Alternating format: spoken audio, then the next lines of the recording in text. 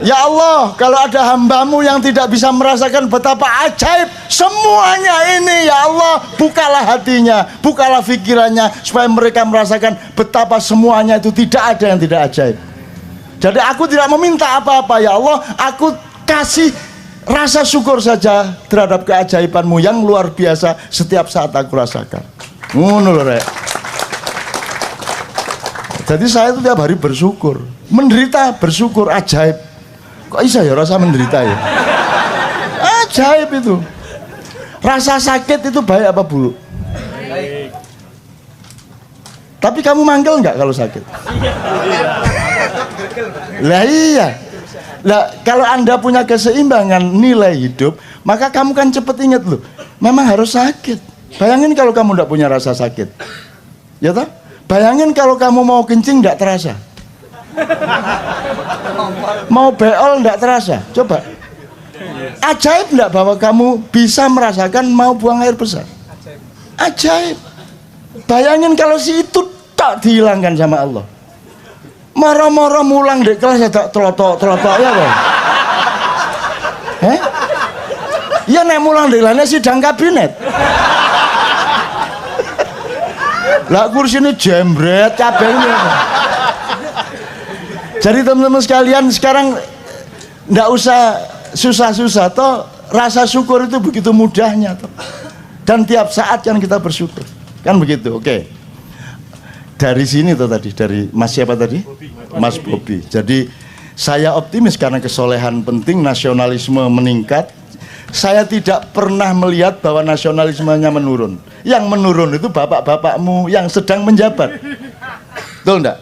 Tapi kalau rakyatnya, oh Indonesia kacau, iya kata lapo, tapi Indonesia aku kata lapo kon. Kan gitu, betul enggak Mas? Ayo mau Malaysia mau siapa? Wong Melayu aja kok sombong kamu.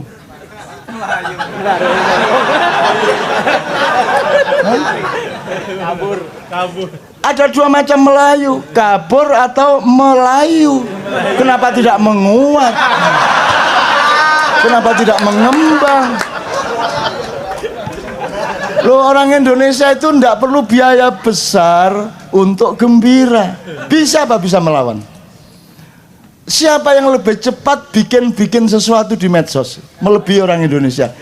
Baru kejadian setengah jamnya lalu wis tersebar mbuh apa enggak sing gak-gak itu. Ya ta Mas? Reaksinya langsung gitu. Ada bom gitu langsung ada video tukang sate gini. Ya. Itu dikagumi di seluruh dunia. Ya apa wong Indonesia ya? Ya apa coba. Coba Mas ya. Anda lihat tetek sepur itu. Tetek sepur itu apa? Simbangan rel sama jalan. Entah di Jakarta, kalau di Jogja atau di daerah itu Anda lihat ini kan dua jalur. Di depan jalur, di depan pagar ini separuh apa penuh? Di sini kedua jalur penuh, di sini penuh. Teorinya tabrakan. Pernah tabrakan nggak? Enggak. Coba lihat itu, setiap ada apa? Pelintasan kereta kan penuh. Begitu ini buka, jalan. Ini orang aneh ini Indonesia ini. Lo kok iso lo? Kok iso itu loh? Kalau lihat caranya motor, wah, sudah jelas ini lampu merah ini bareng, ini di kiri, begitu hijau, seret ke sini, betul enggak Mas? Atau ini seret, apakah sakit jantung yang dilewati? Enggak, biasanya dia juga begitu ya. Indonesia. Jadi kalau melihat kacaunya lalu lintas hidup di Indonesia yang tampak langsung di lalu lintas dan juga di birokrasi, juga di apa saja, seharusnya kan sudah tabrak Anda karu-karuan. Tapi angka kecelakaan lalu lintas di Indonesia sangat rendah. Kenapa? Karena manusianya ajaib. Itu saya tiap hari itu loh, kadang-kadang mimpi lah, iya ini 2 jalur, kereta lewat, ini 2 jalur. Begitu keretanya pergi, loh kok bisa ya? Kok bisa itu loh? Coba besok ya kamu lihat ya, loh kok bisa itu loh? Di mana-mana di seluruh dunia itu tabrakan, di sini enggak. Ada Allah, masya Allah, masya Allah. Jadi hati-hati ya, banyak jin di Indonesia, banyak yang ikut bekerja, banyak yang mensupport manusia. Kasihan rakyat ini, kasihan. Akhirnya jinnya, yo. Akhirnya jinnya ikut menyelamatkan. Oke, mudah-mudahan Anda terjawab juga. Artinya saya setuju, tidak ada masalah Anda berpendapat ini baik, itu baik, dan seterusnya, monggo. Cuman nomor 1, benahi cara berpikirmu. Jadi 4 tadi 1, tolong ingat. Akidah ikhlak. Jadi hubunganmu sama Tuhan, sama manusia secara moral beres. Nomor 2, militer kepada dirimu sendiri, cinta sayang kepada orang lain. Nomor 3, muhasabah, akuntansi, hitung semuanya secara tartil. Nomor 4, IT. Barang siapa menguasai IT, dia menguasai masa depan. Kamu belum menguasai IT, kamu masih menjadi konsumen IT sekarang. Betul enggak? Mulai sekarang kreatif, Anda harus jadi subjek, Anda harus yang ngatur, bukan Anda diatur. Seharusnya Facebook nanti ada yang baru lahir dari Indonesia, gitu ya. Handphone itu yang paling laris di Indonesia, nanti pabriknya harus ada di Indonesia. Servis handphone itu, Anda pergi ke Helsinki dulu zaman Nokia, saya di sana, Finlandia, itu pusatnya Nokia. Anda pergi ke Seoul, Samsung. Anda pergi ke Silicon Valley, Anda pergi ke pusat-pusat handphone, itu cari tukang servis nggak ada. Di sini nih, sak dalan nih yuk, 30. Ada yang sekolah? Tidak. Ada yang kursus? Enggak. Ada kursus servis handphone? Enggak ada. Langsung bisa.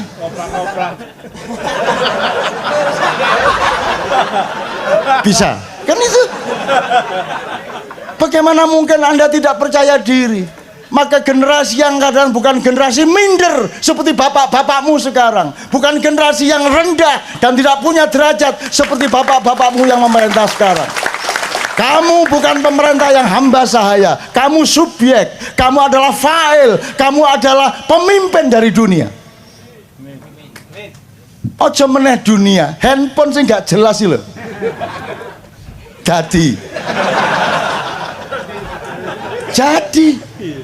Jadi, coba mana di dunia ada handphone kemasukan air? Caranya bagaimana? Pakai paman enggak dilebokno beras.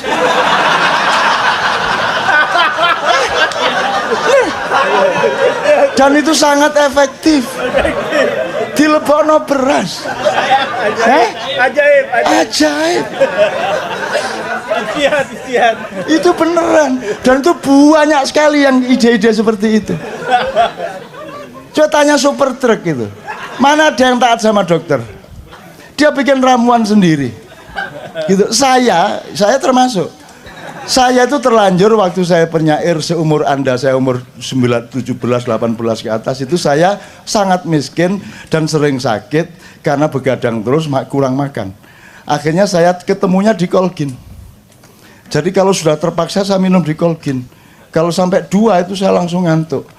Akhirnya kesadaran orang kalau memang harus menggunakan obat itu kan bagaimana mengurangi dosis, jangan membiarkan dosisnya meningkat. Jadi kalau kemarin 2 butir baru sembuh, sekarang 1 butir harus sembuh. Mungkin agak lambat tapi saya lawan. Lama-lama setengah butir. Lama-lama enggak pakai, lama-lama bisa sembuh. Sekarang karena sering terpaksa, karena saya maihan terus, ini nanti jam 4 ya saya langsung ke airport. Besok malam saya acara lagi di mana nak? Bukan mau cepat lusa. Besok itu di Exchange Square. Pagi saya harus ke teman-teman dokter gigi dan seterusnya. Saya terus, maka saya kadang-kadang terpaksa di Colgin, tapi jangan dipikir saya butuh di Colgin. Di Colgin itu saya pidatoi. Saya loro poai di Colgin. Sakit apa saja di Colgin, serak di Colgin. Pusing di Colgin. Apa saja di Colgin, pokoknya gin ngono aku. Pokoknya aku rada terpaksa iki, ya kon ngewangi aku ya nggih, tak umpuk jadi. Lah iya Mas. Dan itu bukan karya saya, di desa saya itu pil KB itu untuk obat ayam sakit. Lah temenan. Kan enggak ada budaya minum pil di desa. Lah kok sama BKKBN dikasih pil untuk keluarga berencana. Akhirnya entah siapa yang memulai, ada ayamnya kok gini-gini dikasih pil sembuh. Jadi ternyata pil KB itu gunanya untuk menyembuhkan ayam. Dan itu berlaku sampai sekarang. Waduh PT kulor doloro duwe pil KB tegak. Lah piye? Coba itu that is Indonesia. Jadi kalau mau menjajah Indonesia pikir agak panjang. Ya, entah naga, entah macan, entah siapapun, mikir agak panjang. Baik-baik sama orang Indonesia. Baik-baik. Jangan jajah, menguasai aset oke. Tapi jangan ragus. Berbagi yang baik. Kalau enggak, nanti kamu kaget sendiri loh. Kaget loh kamu nanti. Loh, arek-arek. Kan nanti kamu kaget, saya sudah tahu 3 opsi tapi tidak akan saya omongkan.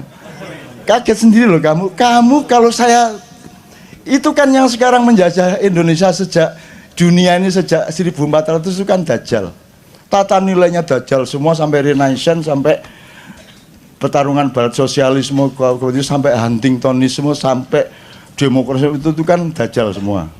Tata nilai Dajjal dibalik surga jadi neraka, neraka diperlakukan sebagai surga. Kemudian sekarang Ya'juj Ma'juj, katakanlah istilahnya begitu, menyerbu dari utara, masuk kemana-mana. Wah, pokoknya bleng. Jangan lupa Ya'juj Ma'juj yang sama Dajjal itu kan anak kemarin sore. Itu baru lahir, belum lama itu. Di sini ini tempatnya iblis.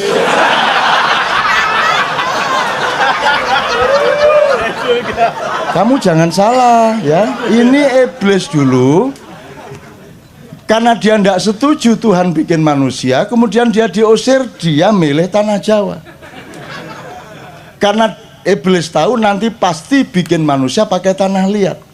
Pasti nanti ada malaikat yang Allah utus untuk pergi ke tanah Jawa untuk ambil tanah liat. Waktu dipertimbangkan Blora apa Kebumen gitu.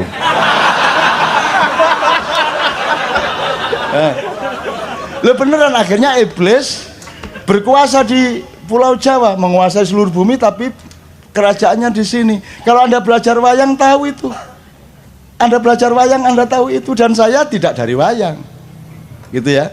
Terus akhirnya Jibril suruh ambil tanah liat. Ya Jibril, ambillah tanah liat di Pulau Jawa. Begitu Jibril sini, iblis. Apa? Wow, Jibril takut. Loh kok Jibril takut? Loh, Jibril itu juniornya iblis. Iblis itu malaikat paling sepuh yang paling disayang oleh Allah. Dia Kanzul Jannah.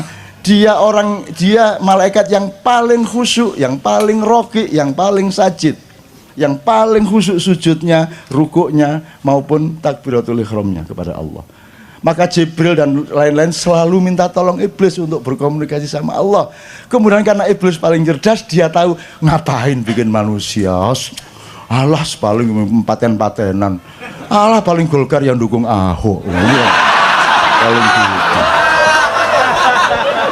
Itu diomongkan sama iblis waktu itu. Terus Allah mengatakan antala ta'lam wa ana a'lam. Dah meneng kamu nggak tahu. Terus wa idz qala lil malaikati isjudu li adama fasajadu illa iblis. Wahai malaikat, bersujudlah kepada Adam, bersujudlah para malaikat kecuali iblis. Berarti iblis adalah malaikat, kan begitu kan? Kalau iblis bukan malaikat, loh dia tidak ikut diperintah kok. Kan dan ketika Allah mengatakan kepada malaikat, berarti kalau dia disalahkan kenapa tidak sujud, berarti dia adalah malaikat, kan begitu. Jadi dia senior. Nah, dia jaga Pulau Jawa, Jibril datang dibentak lari, Mikael datang dibentak lari, Israfil juga tidak berani sama iblis, akhirnya Israel. Ditunggu iblis agak ngantuk. Oh iya, saya video dari jauh. CCTV. Jadi dia nyuri tanah liat, set. Terus dia terbang, iblis terbang, kamu nyuri. Tapi Israel sudah terbang. Aku hanya menjalankan perintah Allah. Kalau kamu marah, marahlah kepada yang memerintahku, karena aku tidak bertanggung jawab atas yang aku perbuat. Kuwatul mab'ud fi kuwatil ba'ith. Aku cuma diutus, kekuatanku tidak padaku tapi ada yang mengutusku. Akhirnya iblis gagal mengejar, akhirnya tanah liat itu tapel dibawa ke aras, terus Israel yang disuruh mematung Adam. Maka Israel yang punya hak untuk mengambil nyawamu. Nah, karena dia dulu yang bikin patungnya, gitu loh. Itu ceritanya. Ini serius ini.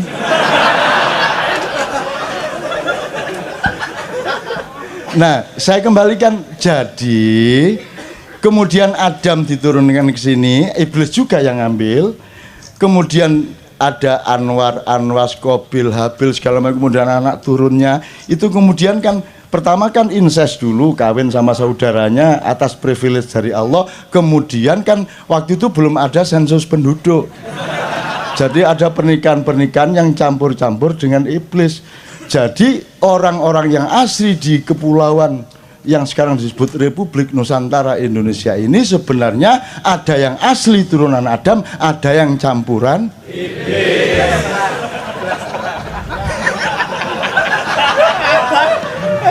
Nah, silakan menyelidiki diri masing-masing. Nah, jadi siapapun akan menjajah Indonesia, tolong hati-hati.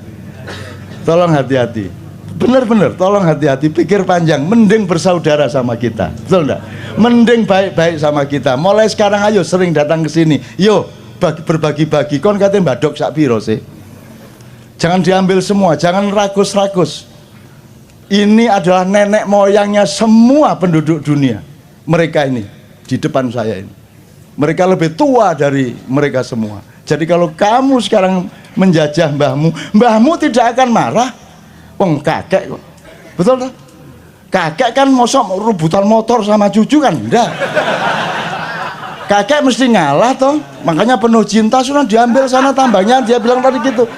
Wong kakek kok, kakek kan ngalah, cucunya enggak apa-apa makan telur, dia sendiri cuma tempe, namanya kakek kok. Tapi kalau cucunya nerusin kurang ajarnya kepada kakek, kan gitu kan? Lo ada iki kan gitu kan? Ada iki. Gurung ero ta? Ngono kan kira-kira. Ngerti maksud saya Mas ya? Jadi saya optimis dengan semua ini. Saya mengucapkan selamat berjuang, tapi perjuangan itu nilainya pada perjuangannya, tidak pada hasilnya. Begitu engkau berjuang, engkau masuk ke abadian. Begitu engkau suci yang kamu maui, engkau masuk ke dalam keabadian. Hasil tidak ditagih oleh Allah. Yang ditagih oleh Allah adalah konsistensimu sejak dari Warakas sampai kemanapun. Karena saya dulu ma'ian pertama di daerah mereka ini, gitu loh, sama Andi Malarangeng ketika masih belum jadi apa-apa, sama Anas juga. Jadi jangan berani-berani ikut ma'ian.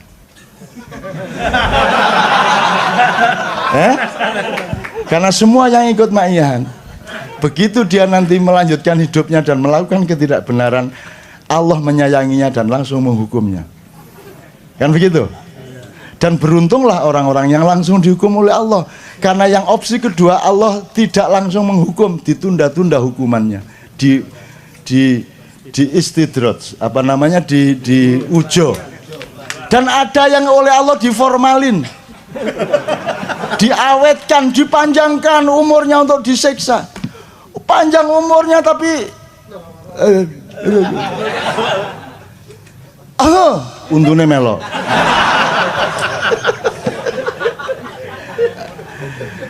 Gitu ya. Itu cerita-cerita dari ini, adiknya dia dulu, temennya pendiri KC. Pendiri KC itu Mas Andi Subiakto antara lain ya. Jadi sekarang beliau menjadi ketua sahabat Anas waktu itu. Sekarang saya tidak tahu dia menjadi bisnismen di mana, tidak apa-apa. Semua Anda boleh bebas, tidak ada ikatan di sini. Anda bukan anak buah saya. Anda adalah saudaraku yang aku cintai. Mudah-mudahan engkau juga mencintaiku dan engkau mendapatkan kebebasan. Jadilah dirimu masing-masing, karena engkau nanti akan bersama aku sendiri-sendiri ke hadapan Allah. Gitu ya. Jadi jangan terus ada kultus individu. Wah, tuh MH dikultuskan di KC. Ngono ta anak sing ngono ta sing nuduh itu di Facebook ya.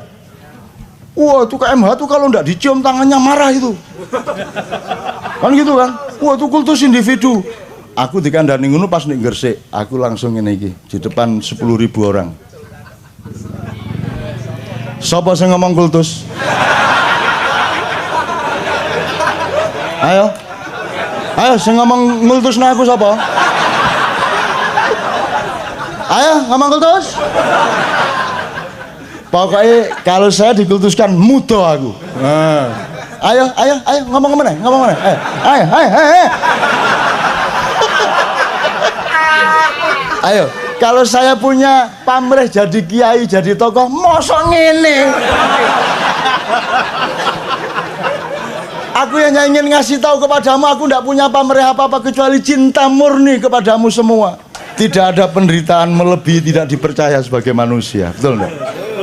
Dan aku harus tidak dipercaya tiap saat asal aku masuk bandara. Tidak dipercaya sebagai manusia. Padahal aku itu masuk ke situ sudah 30 tahun terus menerus, tetap tidak dipercaya. Begitu aku check-in, Cak, dibambung tanganku, terus dikerjain cet, ada KTP-nya, Cak.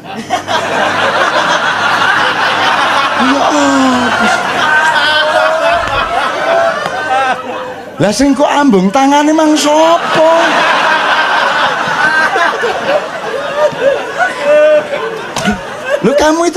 Kamu tadi kan sudah cium tangan saya, jadi kamu kan tahu saya. Loh kok sekarang kamu tanya KTP saya, aturannya begitu, Cak. Lah, ya coba. Nah, Anda yang datang ke KC tidak mungkin jadi robot. Anda orang yang berakal sehat. Dan Anda tidak akan terlibat di dalam. Saya ingin mengingatkan ada beberapa pernyataan Allah. Saya tidak ingin minta tolong siapa-siapa. Jadi Allah mengatakan seburuk-buruk makhluk adalah yang peka telinganya, bisu mulutnya, artinya tidak memiliki apa-apa untuk mengungkapkan kebenaran dan tidak menggunakan akalnya. Asyarud dawab indallahi as-summu wal bukmu walladzina la yaqilun. Itu satu. Dan Anda insya Allah tidak terlibat di situ, tidak terlibat dalam kutukan Allah. Terus nomor 2, Allah berfirman kepada namanya Amran. Loh, Allah berfirman kepada Anda percaya? Loh, lebah saja dikasih firman oleh Allah, wa auha ilan nahli. Allah berfirman kepada lebah. Masa tidak percaya Allah berfirman kepada Anda? Allah berfirman kepada Anda, cuman sebelumnya berfirman kepada Rasulullah. Tapi malam ini kepada Anda konteksnya.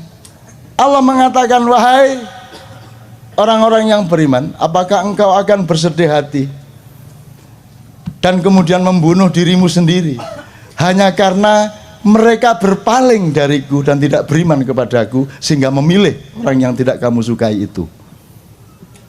Baca surat Al-Kahfi. Begitu kamu menderita karena jagomu kalah, Allah bilang nangis, sedih, bunuh diri. Fa'allaka bakhi'un nafsaka ala atharihim. Baca surat Al-Kahfi ayat berapa? Saya tidak akan ingatkan karena tidak mungkin saya ingat ayat berapa. Loh ya, lupa itu baik lah. Kalau kita tidak pernah lupa kan tidak baik. Lupa itu baik, tidak tahu itu baik pada konteks yang tepat. Kalau Anda tahu semuanya, Anda hancur lebur. Kalau engkau punya istri, kalau engkau punya suami, wahai wanita-wanita, bersyukurlah kepada Allah karena engkau tidak bisa membaca hati suamimu benar-benar. So, kalau engkau bisa membaca isi hati suamimu benar-benar, kamu bunuh diri. Terutama ketika tidur bersamamu. Jangan sampai tahu pikirannya mikir siapa.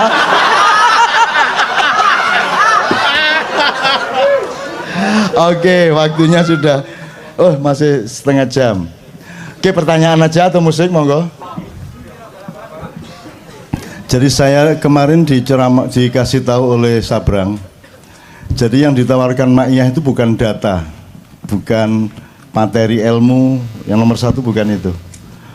Bukan tafsirnya, bukan cara berpikirnya yang nomor satu, tapi keseimbangan antara semua itu. Hidup itu adalah balance. Anda baca surat Ar-Rahman juz 27. Jadi misalnya Anda kalau ini tadi pentas kesenian, maka orang yang nonton pentas kesenian dia hanya punya satu poin, yaitu enak apa tidak, bagus apa tidak, aransemennya oke apa enggak, kan begitu. Tapi kalau di Kenduri Cinta ada keseimbangan antara faktor A, faktor B, faktor C dan lain sebagainya. Jadi semuanya menjadi sangat indah karena Anda orang yang punya keseimbangan hidup. Anda tidak menuntut mereka, misalnya gitarnya, sulingnya, nyanyinya, segala macam. Anda tidak menuntut secara estetik, artistik sampai tingkat yang sebagaimana orang berkesenian. Karena Anda punya faktor yang lain yang menyeimbangkan diri Anda, yaitu Anda punya cinta, rasa untuk menikmati semua yang kita alami ini bersama-sama, simpati kemanusiaan, rasa memiliki kenduri cinta dan lain sebagainya. Itu yang namanya keseimbangan. Jadi saya kira kunci yang utama adalah jangan sampai kehilangan keseimbangan hidup. Artinya jangan melihat orang dari depan saja, dari belakang saja, atau dari samping saja, dari atas saja, atau dari bawah saja. Anda harus melihat hidup ini sebagai sebuah keseluruhan, sehingga Anda tetap berada pada titik imbang. Itu kira-kira gitu ilmunya. Nggak usah difahami sekarang, tapi ingat aja bahwa harus berada pada titik imbang, titik mizan dalam hidup Anda. Mengalami apa saja. Kalau Anda rugi dagang, terus Anda hanya punya kerugian dagang, Anda akan hancur. Tapi Anda harus punya kesadaran tentang dimensi-dimensi yang lain di luar kerugian itu, maka Anda menemukan titik imbang kembali. Hidup adalah mizan, hidup adalah keseimbangan. Alam semesta ini diciptakan Allah di dalam satu sistem yang maha seimbang. Satu. Yang kedua, lagu yang kedua tadi Ibu, Keramat. Kuburan kali.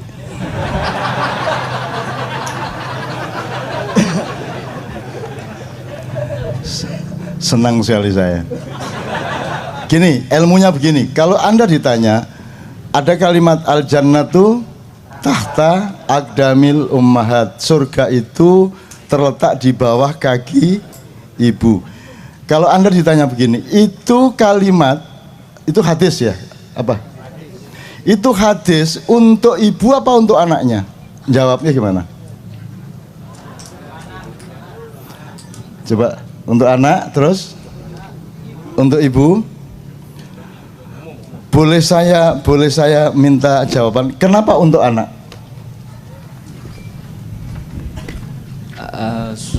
Supaya anak lebih berbakti sama ibu. Supaya lebih berhati-hati berbakti. Oke, sip. Kenapa untuk ibu? Setiap ibu harus menciptakan surga bagi anaknya. Sip, tepuk tangan. Oke. Sekarang yang benar yang untuk anak apa untuk ibu? Itu yang namanya titik imbang. Nah, definisinya sederhana. Kalau Anda seorang anak, maka hadis itu untuk ibu, untuk kepentingan ibu. Kalau Anda seorang ibu, hadis itu untuk kepentingan anak. Kan sederhana toh? Selama ini dalam cara kita berilmu modern, royoan. Yang benar itu untuk ibu atau yang benar untuk anak. Di Ma'iyah cara berpikirnya tidak begitu, mencari titik imbang. Kalau Anda seorang anak, setiap ayat Allah, hadis Rasulullah itu untuk kepentingan ibumu. Kalau Anda ibu untuk kepentingan anakmu, kan begitu. Ibu saya sendiri menafsirkan karena dia ibu itu untuk kepentingan anak. Jadi surga di bawah telapak kaki ibu itu terapannya pada ibu adalah jangan sampai ibu punya pikiran buruk kepada anaknya, jangan sampai keluar terbersit kutukan atau doa yang buruk kepada anaknya, karena sedikit saja ibunya marah, mangkel, dan negatif pikirannya maka akan berakibat buruk pada anaknya. Demikian juga anak harus diterapkan itu untuk kepentingan ibu. Begitu tidak hanya anak sama ibu, ya anak sama bapak, bapak sama ibu, individu sama masyarakat, masyarakat sama individu, negara sama rakyat, rakyat sama negara. Kalau kita punya titik imbang di segala urusan, maka itu yang namanya baldatun thayyibatun warabbun ghafur. Nah, selama ini semua perdebatan di medsos itu selalu yang benar itu kuku kuryuk, bukan kongkorongkong. Yang satu bilangnya enggak, kongkorongkong dong, masa kuku ruyuk. Akhirnya Madura datang, lihat tidak bisa, yang benar kuku runuk. Nah, itu yang namanya manusia memecah alam semesta. Padahal alam semesta itu adalah sebuah ekosistem yang seimbang satu sama lain. Maka jadikanlah dirimu adalah alam semesta yang seimbang, karena di dalam dirimu ada makrokosmos. Kalau engkau tidak seimbang, seluruh alam semesta menjadi tidak seimbang. Gampang saja, begitu kamu pusing kepalamu, sinimu terbentur, itu dunia kan menjadi berapa? Duk gitu terus berapa? Dunia menjadi satu apa dua? Menjadi banyak kan? Panca indera aja sudah langsung menipu Anda, apalagi batin Anda, mental Anda, psikologi Anda. Jelas ya, mudah-mudahan ya. Jadi nanti Anda mengalami apa saja, kembali ke titik imbang, titik keseimbangan. Oke.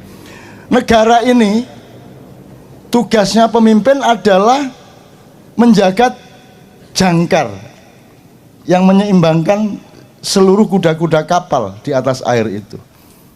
Gunanya presiden bukan untuk ngurusin migas, bukan untuk ngurusin perekonomian, pajak. Dia yang menjaga keseimbangan dari semua kegiatan-kegiatan kementeriannya. Itu yang horizontal. Yang vertikal di dalam kebudayaan Jawa disebut manunggaling kawulolan Gusti. Itu maknanya bukan Anda terus ketemu Allah di Gunung Lawu, Allah pakai serban. Terus ada lagi yang kejawen, Allah ternyata pakai belangkon. Yang namanya manunggaling kawulolan Gusti, menyatunya hamba dengan Tuhan, itu bukan Anda individu ketemu sama Tuhan. Karena kalau itu cuma urusan Anda sama Tuhan, ngapain jadi teori sosial? Ngapain dia mau ngomongin ke orang? Itu sudah urus-urus sendiri, mau ketemu Tuhan, mau ketemu hantu, terserah kamu. Tapi kalau sudah menjadi teori ilmu sosial, berarti dia harus bermakna sosial. Itu berarti ya politik, ya kebudayaan, ya ekonomi, ya segala macam. Maka manunggaling kawulolan Gusti itu artinya adalah, menurut tafsir Ma'iyah, kalau engkau menjadi suami, kawulamu kan istri sama anakmu. Kalau rumah tangga berarti ya pembantumu, siapapun yang ikut di rumahmu. Kalau engkau presiden berarti semua rakyatmu. Kalau engkau wali kota, semua rakyatmu di Kota Madya itu. Kalau engkau gubernur, semua rakyatmu di provinsi. Kalau engkau pemimpin, maka Tuhan sama yang kamu pimpin harus menyatu di dalam hatimu. Gitu loh. Kalau saya disuruh ngomong seperti ini, selama saya ngomong berarti saya yang mimpin keseimbangan. Maka ketika saya ngomong, saya tidak boleh menyakiti Tuhan dan tidak boleh menyakiti orang KC. Sebab kalau saya menyakiti orang KC, saya dimarahi Tuhan dan kena akibat semuanya. Dan kalau saya menyalahi Tuhan, Anda akan ikut sakit. Jadi Tuhan sama Anda harus menyatu di dalam diriku. Manunggaling kawula lan Gusti di dalam diri saya. Itu makna sosial, makna kepemimpinan, bukan makna individu ketemu Tuhan di Gunung Lawu. Itu ya, maka dia menjadi teori ilmu sosial, manunggaling kaulang. Jadi itu bukan urusan kebatinan, itu urusan kepemimpinan politik, kepemimpinan pemerintahan. Itu. Makanya kalau cari presiden namanya manunggal, gitu ya. Gal, ya penggal gitu. Yang kapitalis angkat tangan. Kapitalis. Oke, Anda ke sini. Kenapa Anda kapitalis? Jelaskan kapitalis itu apa? Manusia dengan sahabatnya. Kalau kapitalis itu seluruh badannya adalah kelamin. Jelas ya? Jelas ya Mas? Setuju nggak? Jadi apa saja itu dijual. Kalau Ramadan jualan agama. Betul nggak? Kalau Natal jualan Kristen. Kan gitu kan? Apa saja dijual. Apa saja. Pokoknya nalurinya jualan. Ketemu ayat ingin menjual, ketemu apa saja dijual. Itu artinya kalau digambar itu ya kepalanya kepala kelamin. Gitu Mas ya. Jadi sekarang mulai sekarang Anda mencoba mengamati dengan metode ini bedanya dagang dengan kapitalisme. Yang menjajah kita bersama adalah kapitalisme yang maniak dan total dan tidak ada batasnya. Dengan modal sekecil-kecilnya, untung sebesar-besarnya, kurang ajar itu. Kalau perlu tidak perlu modal tuh, yang sekecil-kecilnya kok. Maka kalau diterusin tidak usah modal tapi laba. Ya senang ngerampok aja, wis gak angel-angel wis. Jadi itu teori kelamin, bukan teori ekonomi itu. Teori kelamin. Jadi pokoknya hanya ada kelamin. Oke, terakhir sekali karena waktunya juga sudah mendesak. Terakhir sekali soal syahwat. Saya ingin ingat, yang berdagang angkat tangan Mas, nyun sewu. Yuk kita transparan yang berdagang. Oke, berdagang dalam arti pragmatis ya, dagang barang apa gitu ya. Tapi kan semuanya sebenarnya berdagang ya. Semuanya ada yang jasa, ada yang. Tapi kan semua berdagang. Yang kapitalis angkat tangan. Kapitalis. Oke, Anda ke sini. Kenapa Anda kapitalis? Jelaskan kapitalis itu apa. Silakan. Karena saya tadi menanyakan yang pedagang siapa, yang kapitalis siapa, berarti di balik itu ada perbedaan arti antara pedagang dengan kapitalis. Monggo Mas, silakan Mas. What do you mean by kapitalis? Ya, saya bekerja di perusahaan yang setiap orientasinya adalah selalu keuntungan gitu. Jadi seperti tidak ada akhirnya gitu loh. Jadi misalkan bisnis ini udah selesai akan membuat suatu bisnis lain dan itu selalu memang orientasinya adalah melipat gandakan sebuah ya hanya keuntungan. Itu yang saya alami yang sehingga saya menyebut bahwa kalau orang dagang enggak gitu, Pak. Ya mungkin ada juga maksudnya yang menyebab kapitalis mungkin juga di hatinya ya mungkin. Tapi saya sudah melihat bahwa perusahaan saya ini kapitalis gitu loh. Tapi kalau ada pedagangan individu. Andanya apa perusahaannya? Ya saya bekerja di perusahaan kapitalis. Anda bagian dari kapitalisme perusahaan Anda. Itu oke. Ya. Karena cari laba terus gitu kan dan tidak ada habisnya. Kalau dagang enggak? Saya kalau mungkin pedagang kan individu gitu kan, individu kemungkinan juga ada yang membatasi bahwa ya cukup yang tadi dicontohkan kalau bekerja cukup jam 2 pagi sampai jam 5 jadi. Oke, jadi cari laba ada bedanya yang membatasi dengan yang tidak membatasi. Ini satu klausul ya, satu klausul. Ada nggak klausul yang lain? Kalau sekarang kita ibaratkan mencari laba atau ambisi to get more and more itu adalah syahwat. Jadi kan itu ya. Itu syahwat. Maka apa bedanya pedagang dengan kapitalis? Kalau simbolnya adalah syahwat. Ada nggak yang bisa menolong saya?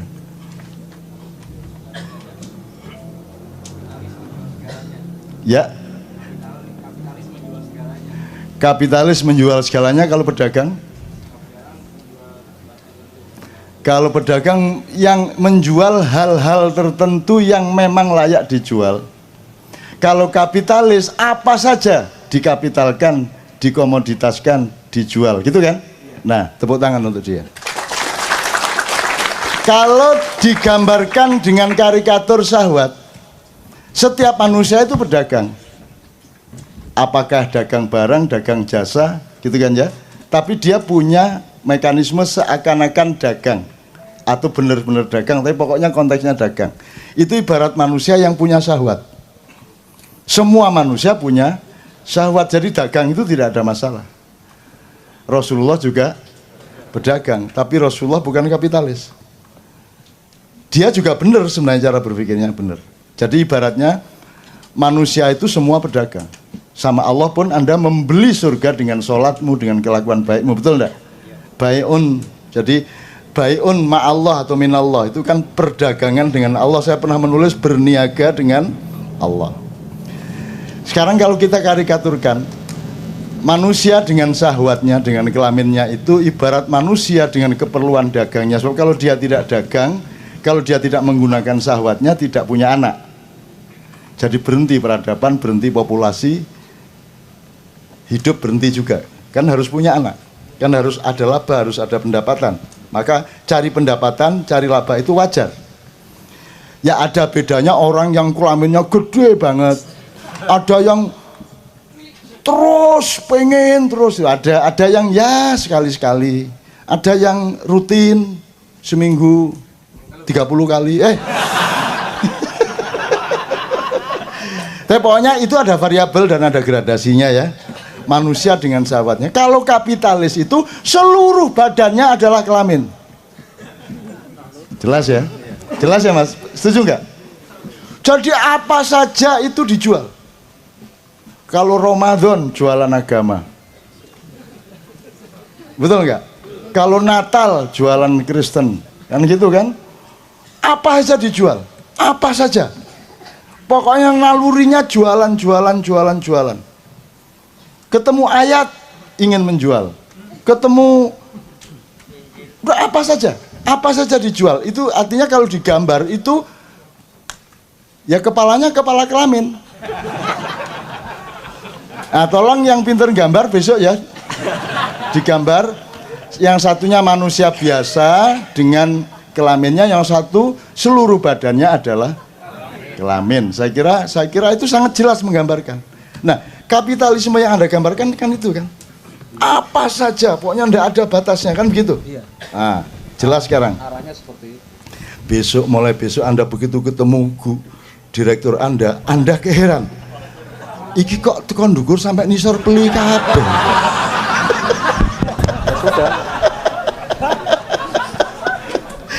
Muring-muring ya Mas, kadang ngomong Jawa Timur. Besok Anda kalau sudah makrifat gitu.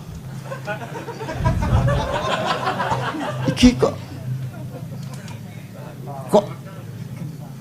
bentuknya ndase kok ngene ya. Gitu Mas ya. Jadi sekarang mulai sekarang Anda mencoba mengamati dengan metode ini bedanya dagang dengan kapitalisme. Yang menjajah kita bersama adalah kapitalisme yang maniak dan total dan tidak ada batasnya. Dengan modal sekecil-kecilnya, untung sebesar-besarnya, kurang ajar itu. Kalau perlu tidak perlu modal tuh, yang sekecil-kecilnya kok.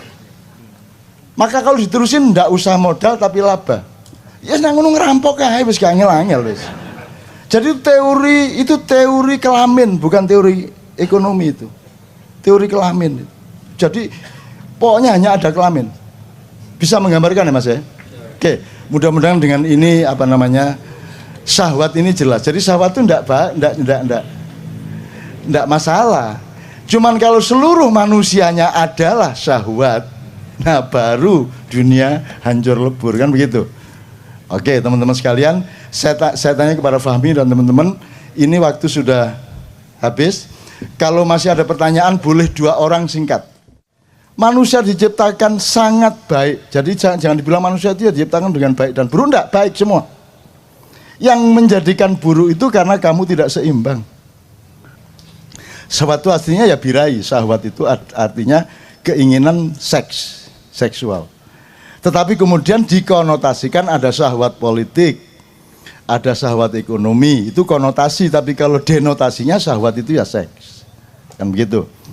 Nah, seks tadi kita konotasikan, syahwat kita konotasikan sebagai keinginan untuk laba sebanyak-banyaknya, sedemikian rupa sehingga semuanya mau dibikin laba. Sodakoh saja cari laba coba. Coba. Sodakoh cari laba coba. Gimana coba? Kamu meniduri istrimu supaya puyang, nggak usah, tiduri saja. Emang kamu bisa bikin anak? Kan nggak bisa. Bisamu ya tidur sama istrimu, nikmati udah sampai Allahu Akbar. Masa astagfirullah, nggak cocok. Yang cocok ya Allahu Akbar. Asal Anda suami istri, Allahu Akbar itu indah betul. Ini mesti praktek karena enggak. Mas, kapan Allahu Akbar, Mas? Mas cara dapat kode sekarang. Dadi engko bojone lagi ngetik terus sing liwat Allahu Akbar. Allah. Sodakoh saja. Kalau kamu mengharapkan balasan dari sodakoh, itu saya merasa, logika saya, jangan-jangan Tuhan tersinggung loh. Kamu kok mengharapkan, kamu tidak percaya sama saya. Itu kan urusan saya, bahwa setiap orang yang berbuat baik akan aku tambahi berkahnya, betul nggak? Itu urusan saya, kamu tidak usah menyebut-nyebut. Nafsu dalam bahasa Arab itu beda dengan nafsu dalam bahasa Indonesia. Jadi kalau tadi nafsu mutmainnah, lawamah dan seterusnya itu bukan nafsu dalam bahasa Indonesia, tapi an-nafs dalam bahasa Arab itu artinya diri. Diri mutmainnah, diri lawamah gitu ya, diri. Jadi nafsi itu artinya ijen-ijen, dewe-dewe. Jadi kullu nafsin dha'iqatul maut itu bukan setiap nafsu terlibat kematian, tidak setiap diri. Jadi nafs atau nafsu, nafsun dalam bahasa Arab artinya diri. Nah, jadi bukan syahwat mutmainnah, kok syahwat kok mutmainnah. Lah nggandol ngene kan. Ini opo rek-arek. Jadi yang dimaksud nafsu di situ bukan nafsu syahwat, tapi dirimu. Jadi ada dimensi tentrammu, ada dimensi amarahmu, ada dimensi khianatmu dan lain sebagainya. Tapi seluruhnya itu tidak jelek. Seluruhnya itu baik. Manusia diciptakan sangat baik. Jadi jangan dibilang manusia itu diciptakan dengan baik dan buruk, enggak, baik semua. Yang menjadikan buruk itu karena kamu tidak seimbang. Nyetir diperekes ngene iki ya. Ya nyetir santai deh ya. Megangnya aja kan enggak gini banget. Megang motor tuh mosok begini banget. Kan naik sepeda kalau kamu tegang kan mesti tiba tuh. Nah, itu kan mutmainnahnya dirimu kan gitu. Jadi sekali lagi itu ada dirimu yang bersifat mutmainnah, ada dirimu yang bersifat. Itu semua tajalli atau aplikasi atau penjilmaan Allah dalam dirimu. Allah maha luas, maha tidak terbatas, tetapi Allah meminjamkan beberapa potensi itu yang disebut 4 itu di dalam dirimu. Nah, itu tidak sama dengan syahwat. Syahwat itu artinya ya birahi. Syahwat itu artinya keinginan seksual. Tetapi kemudian dikonotasikan ada syahwat politik, ada syahwat ekonomi, itu konotasi, tapi kalau denotasinya syahwat itu ya seks. Kan begitu. Nah, seks tadi kita konotasikan, syahwat kita konotasikan sebagai keinginan untuk laba sebanyak-banyaknya, sedemikian rupa sehingga semuanya mau dibikin laba. Sodakoh saja cari laba coba. Coba. Sodakoh cari laba coba. Gimana coba? Wala tamnun tastakthir. Dan jangan memberikan sesuatu dengan mengharapkan sesuatu yang lebih besar dari yang kamu berikan. Itu rumus baku. Wala tamnun tastakthir. Jangan memberikan sesuatu dengan mengharapkan lebih banyak menerima sesuatu dibanding yang kamu berikan. Jadi kalau memberi titik, ngasih titik, nggak usah supaya, nggak usah. Ini loh, koma ini loh.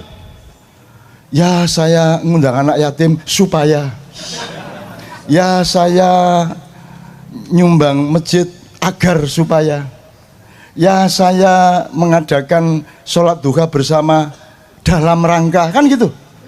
Kakean dalam rangka, wes dah sembayang titik. Kamu meniduri istrimu supaya pulang, nggak usah, tiduri saja. Emang kamu bisa bikin anak? Kan nggak bisa. Bisamu ya tidur sama istrimu, nikmati udah sampai Allahu Akbar. Masa astagfirullah, gak cocok. Yang cocok ya Allahu Akbar. Asal Anda suami istri, Allahu Akbar itu indah betul. Ini mesti praktek arek-arek engko. Mas kapan Allahu Akbar Mas? Mas arek-arek dapat kode sekarang. Dadi engko bojone lagi ngetik terus sing wedok liwat Allahu Akbar Allah.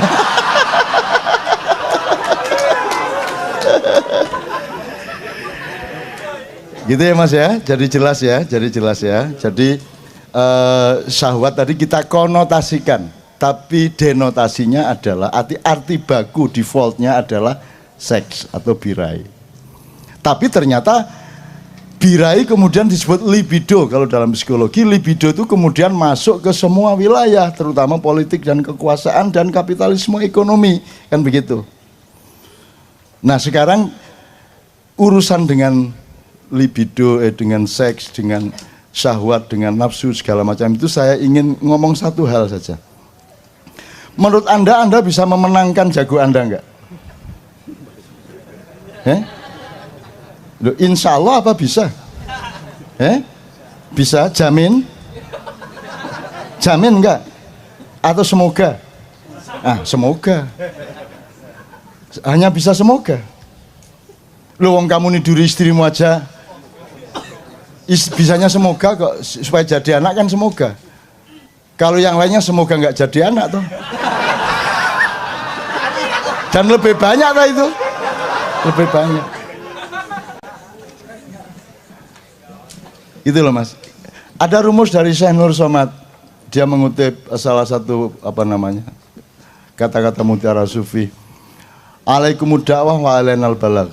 Buddha, kamu sampaikan saja, nanti saya yang memasukkannya ke dalam hati orang itu. Bisa kamu ngomong aja. Ibaratnya kamu nyangkul aja, kamu tanam aja, nanti yang menumbuhkan Allah. Karena kamu tidak bisa menumbuhkan tanaman itu. Apalagi bikin panen dan bikin buahnya, kan tidak bisa. Udah kamu tanam aja. Begitulah kita hidup, tanam saja, lakukan saja. Sodakoh saja. Kalau kamu mengharapkan balasan dari sodakoh, itu saya merasa, logika saya, jangan-jangan Tuhan tersinggung loh. Kamu kok mengharapkan, kamu tidak percaya sama saya. Itu kan urusan saya, bahwa setiap orang yang berbuat baik akan aku tambahi berkahnya, betul nggak? Itu urusan saya, kamu tidak usah menyebut-nyebut. Jadi Mas, kalau rahmah itu pasti mawadah itu yang bikin kamu nikah itu karena kamu dikasih mawadah sama Allah, rasa cinta kepada calon istrimu itu. Jangan semoga. Nah, sakinahnya semoga. Lu enak tadi maknya itu, enggak ngafir no enggak. Dan tidak ada kafir itu, enggak ada. Enggak ada muslim itu, enggak ada. Kafir titik. Kamu muslim? Jangan manduk dulu. Karena tidak ada muslim titik, kafir titik. Yang ada muslim koma, kafir koma. Jadi Anda sekarang kemana-mana kalau ditanya kamu muslim, kafir. Dia nggak tanya, oh kafir toh. Terus dia kan nggak tanya, ya udah biarin, dia nyangka. Lah salahnya ndak tanya. Ternyata dia kafir, terus dipanggil kamu sama takmir masjid, kok kamu ternyata kafir. Lah dia ndak nerusin pertanyaannya. Kan mestinya dia tanya, kafir kepada siapa? Kan begitu. Kalau kepada iblis kita kafir, kepada Allah kita muslim. Iblisnya kepada Allah kafir, koruptor kepada iblis muslim. Jelas ya Mas? Jelas ya? Jelas ya? Jadi kalau ada orang mengkafir-kafirkan itu, kamu ketawa sekarang. Maaf ya, itu titik apa koma? Ngono dah? Apa maksudnya kan gitu kan? Nah gitu. Udah tinggal kamu godain sekarang. Kamu cinta? Koma toh? Kalau suamimu tanya atau istrimu tanya, Mas cinta? Sing lengkap. Mas cinta nang aku lak ngono nek Mas cinta, dia jawab iya. Tapi karepe nang tonggo. Itu loh Mas. Ada rumus dari Syekh Nur Somad. Dia mengutip salah satu kata-kata mutiara sufi. Alaikumud da'wah wa alainal balagh. Buddha, kamu sampaikan saja, nanti saya yang memasukkannya ke dalam hati orang itu. Bisa kamu ngomong aja. Ibaratnya kamu nyangkul aja, kamu tanam aja, nanti yang menumbuhkan Allah. Karena kamu tidak bisa menumbuhkan tanaman itu. Apalagi bikin panen dan bikin buahnya, kan tidak bisa. Udah kamu tanam aja. Begitulah kita hidup, tanam saja, lakukan saja. Sodakoh saja. Kalau kamu mengharapkan balasan dari sodakoh, itu saya merasa, logika saya, jangan-jangan Tuhan tersinggung loh. Kamu kok mengharapkan, kamu tidak percaya sama saya. Itu kan urusan saya, bahwa setiap orang yang berbuat baik akan aku tambahi berkahnya, betul enggak? Itu urusan saya, kamu tidak usah menyebut-nyebut. Jangan seperti Samara kamu ya. Ngerti Samara? Sakinah mawaddah warahmah. Itu supaya yang belum kawin tolong kalau bikin undangan dirubah. Kalau yang sudah dengar diem, yang belum dengar tak kasih tahu sekarang. Kan semoga keluargamu menjadi keluarga sakinah mawaddah warahmah. Piye kuwi karepe? Kok sakinah mawaddah warahmah kok semoga piye? Belum ngerti Anda? Alhamdulillah Anda tidak ngerti sehingga Anda mengucapkan itu tidak dosa. Oh tidak ngerti ya. Ngoten ta lho mboten ngertos ya ora apa-apa mlebu swarga kan gitu.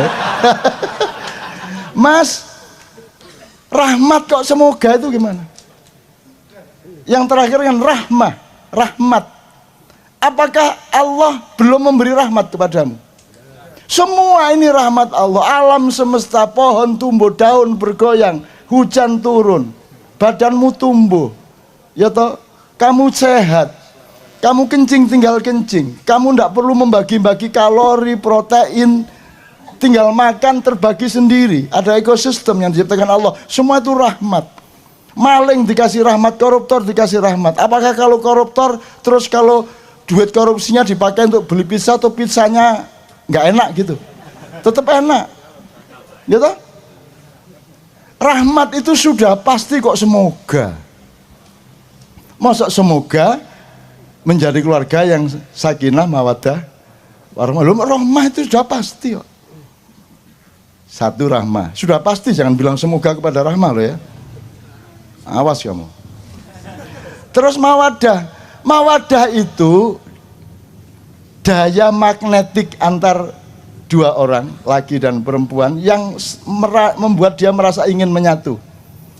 Jadi kamu sama cewek itu punya mawaddah di dalam dirimu dan di dalam diri dia, sehingga kamu terus pacaran dan terus tunangan dan terus kawin. Jadi yang membuat kamu kawin itu karena kamu punya mawaddah. Lah kok kamu bilang semoga? Yang bikin kamu kawin itu sudah dikasih mawaddah sama Allah kok. Untung malaikat sabar-sabar. Kalau yang tugas Israel, wes kon mate nang ngene carane. Jadi Mas, kalau rahmah itu pasti, mawaddah itu pasti. Mawaddah itu yang bikin kamu nikah itu karena kamu dikasih mawaddah sama Allah, rasa cinta kepada calon istrimu itu. Jangan semoga. Nah, sakinahnya semoga. Jadi kalau di Quran ada litas kunu fi dan litas kunu ila. Kalau kamu punya rumah terus kamu tinggal di rumah itu sudah milikmu, punya sertifikat, berarti kamu taskunu fi baitikum. Kamu tinggal di rumahmu sudah mapan, titik. Tapi kalau taskunu ila, jadi kalau ke istri itu ila bukan fi. Fi ini ya pas bengi ku tok fi. Tapi kalau sehari-harimu dengan istrimu itu litas kunu ilah, kamu memperjuangkan terus menerus supaya sakinah. Ya, uang kurang ndak apa-apa, istrimu sabar sehingga tetap sakinah. Kok kamu pulang istrimu betutut, sakinahnya modun. Sak pagi-pagi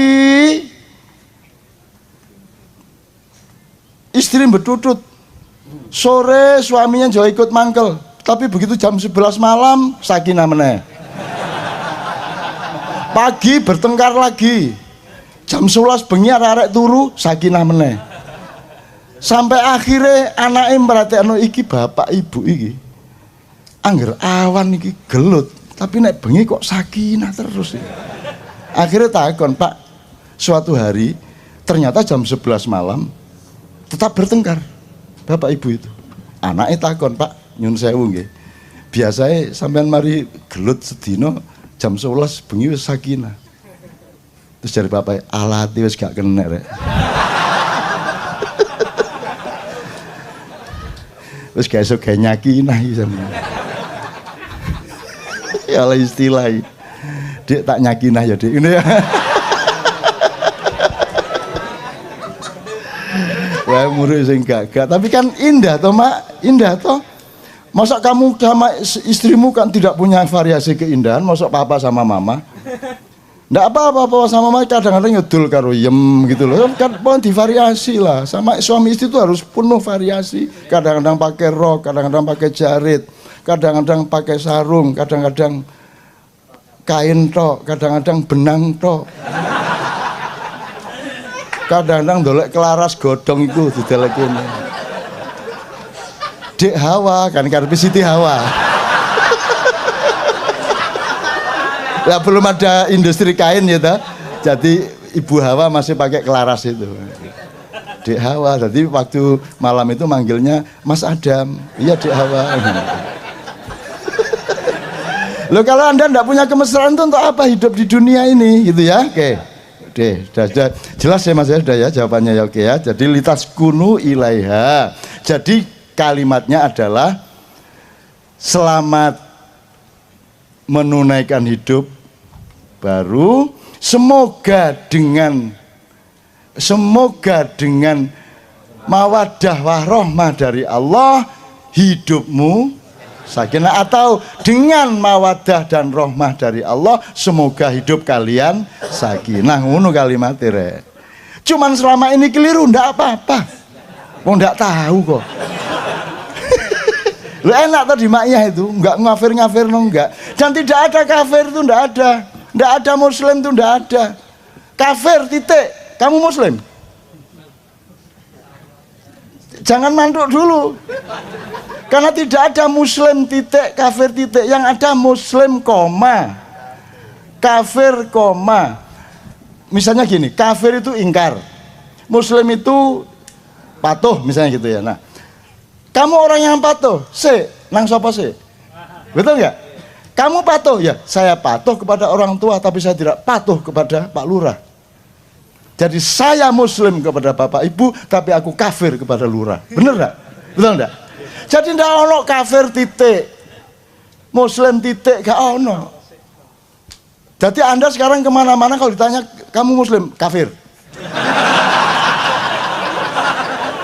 Dia nggak tanya, oh kafir toh. Terus dia kan nggak tanya, ya udah biarin, dia nyangka. Lah salahnya nggak tanya. Ternyata dia kafir, terus dipanggil kamu sama takmir masjid, kok kamu ternyata kafir. Lah dia nggak nerusin pertanyaannya. Kan mestinya dia tanya, kafir kepada siapa? Kan begitu. Kalau kepada iblis kita kafir. Kepada Allah kita muslim. Iblisnya kepada Allah kafir. Koruptor kepada iblis muslim. Jelas ya Mas? Jelas ya? Jelas ya? Jadi kalau ada orang mengkafir-kafirkan itu, kamu ketawa sekarang. Maaf ya, itu titik apa koma? Ngono dah? Apa maksudnya kan gitu kan? Nah gitu. Udah tinggal kamu godain sekarang, ya toh? Enggak ono kok kafir titik, musyrik titik, muslim titik, enggak ada. Harus ke siapa dulu, kepada siapa dulu, terhadap siapa dulu gitu. Kamu cinta? Koma toh? Kalau suamimu tanya atau istrimu tanya, Mas cinta? Sing lengkap. Mas cinta nang aku lak ngono nek Mas cinta, dia jawab iya. Tapi karepe nang tonggo. Ya, jelas ya Mas ya? Mudah-mudahan pembelajaran ini menyegarkan dan membuat Anda enteng melihat segala sesuatu dan tidak mudah tersinggung, tidak mudah marah, dan Anda bisa menjadi titik tengah untuk mendamaikan semua orang. Amin ya rabbal alamin.